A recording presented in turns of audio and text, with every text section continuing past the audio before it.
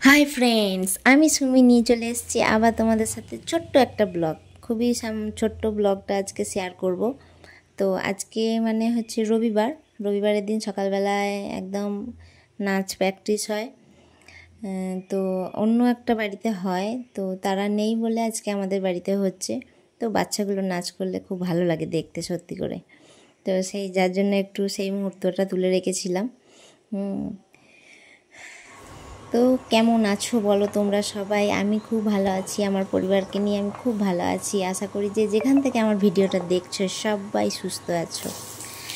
তো আজকে রান্না করছি, এটা রান্নাটাও আগের দিনের, রবিবারের রান্না না, দুদিনের ব্লগ একসঙ্গে মানে শেয়ার করছি। রান্নাটা শনিবারে বেশিরভাগ দিনই পোস্ত হয়, নিরামিষ যেহেতু।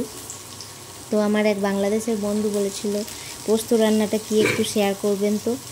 তো সেই জন্য পোস্ত রান্নাটা শেয়ার করা। তাছাড়া পোস্ত রান্না ইন্ডিয়াতে তো সবাই জানে, পোস্ত রান্না শেখাবার মতো কিছু নেই, আর খুবই সহজ।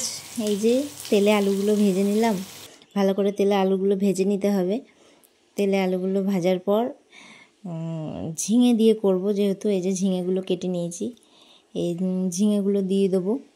ঝিঙে দিয়ে আর জল দিতে হয় না, কারণ ঝিঙেতেই প্রচুর জল বেরিয়ে যাবে। আর নুন দিয়ে দেবো, তাহলেই জল বেরিয়ে যাবে ঝিঙে থেকে। সেই জন্য ঝিঙেতে জল দিতে হয় না। জানি না সেই বন্ধু দেখবে কিনা ভিডিওটা, তবুও তার উদ্দেশ্যেই করা। নুন দিয়ে দিলাম এতে। পোস্ততে একটু নুন ঝালটা মানে বেশিই লাগে।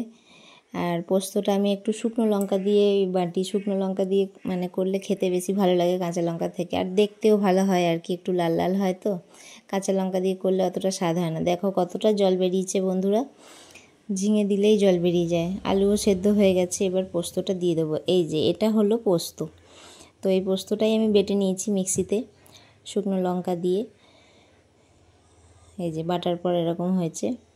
তো এই পোস্তটা দিয়ে দেবো। এই পোস্তটা দিয়ে ভালো করে নাড়াচাড়া করে নিলেই হয়ে যাবে পোস্ত। পোস্ত হচ্ছে খুব কম সময়ের রান্না, তাড়াতাড়ি হয়েও যায়, আর খেতেও ভালো লাগে। মানে পোস্ত যাতেই দেওয়া হবে তাতেই খেতে ভালো লাগে। শুধু আলু পোস্ত কেন, এটা যদি পেঁয়াজ পোস্ত করা হয় সেটাও টেস্ট বেড়ে যায়। মাছ যদি পোস্ত দিয়ে রান্না করা হয় সেটারও টেস্ট বেড়ে যায়। পনির পোস্ত করলে তাও ভালো লাগে। মানে পোস্ত এমনই একটা জিনিস, যাতেই করবে তাতেই খেতে ভালো লাগে। দেখো জলটা পুরো শুকিয়ে গেছে, জলটা মেরে নিয়েছি একদম। আর আমার না ভিডিওটা করা উল্টো দিকে হয়ে গেছে, কিছুতেই আর ভিডিওটা মানে এই দিকে করতে পারলাম না, মানে উল্টো সাইড লাগছে, বাঁ সাইড লাগছে। তো একটু উল্টো হয়ে গেছে। এই যে আমরা রেডি, রথে যাব। রথ দেখতে যাচ্ছি, চলে এসেছি রথে, রথ দেখতে। তো ভালোই ভিড় হয়েছিল, আর বিকেলবেলায় একটু বৃষ্টি হয়েছিল, যার জন্য বিকালবেলাটায় আসতে পারিনি, সন্ধেবেলায় এলাম। তো এই হচ্ছে আমাদের রথের মেলা, একটা মাঠের মধ্যে হয়, যার জন্য বৃষ্টি হওয়াতে না মাঠে কাদা হয়ে গেছিলো। এইটাই হয়ে যাচ্ছে মানে খুব বিরক্তকর জিনিস, কাদায় কাদায় ঘুরে বেড়ানোটা। তো ওইটা হচ্ছে রথ, ওই যে দূরে দেখা যাচ্ছে ওটা হচ্ছে রথ। আর রথ মানেই তো পাঁপড় ভাজা, জিলিপি আর পাঁপড় ভাজা রথ মানেই। তো পাঁপড় ভাজা যদিও খাইনি, আমার মেয়ে একটু প্রসাদ নিয়ে নিল। এই যে মেলাটা সবাই ভালোই ভিড় হয়েছিল, মোটামুটি ভালোই লোক ছিল, কাদায় কাদায় তাও ভালোই ভিড় হয়েছিল। এই যে রথটা, জগন্নাথ দেবের রথটা ভালোই সাজিয়েছে। এই দেখুন কত কাদা হয়ে গেছে মাঠে। আর এই যে দোকান, খুব একটা বেশি দোকান বসেনি, খাবার দোকানই মনে হচ্ছে যেন বেশি বসেছে। এইখানে জিলিপি ভাজা চলছে। এই যে কানের এইসব জিনিস তো মানে মেয়েদের কাছে স্বর্গ, দেখলেই কিনতে ইচ্ছা করে, পড়ি আর না পড়ি। তো মেয়েও অনেক খুঁজে খুঁজে, যাই হোক কিছু পায়নি, কি কিনবে কিছু মানে ভেবে পাচ্ছে না।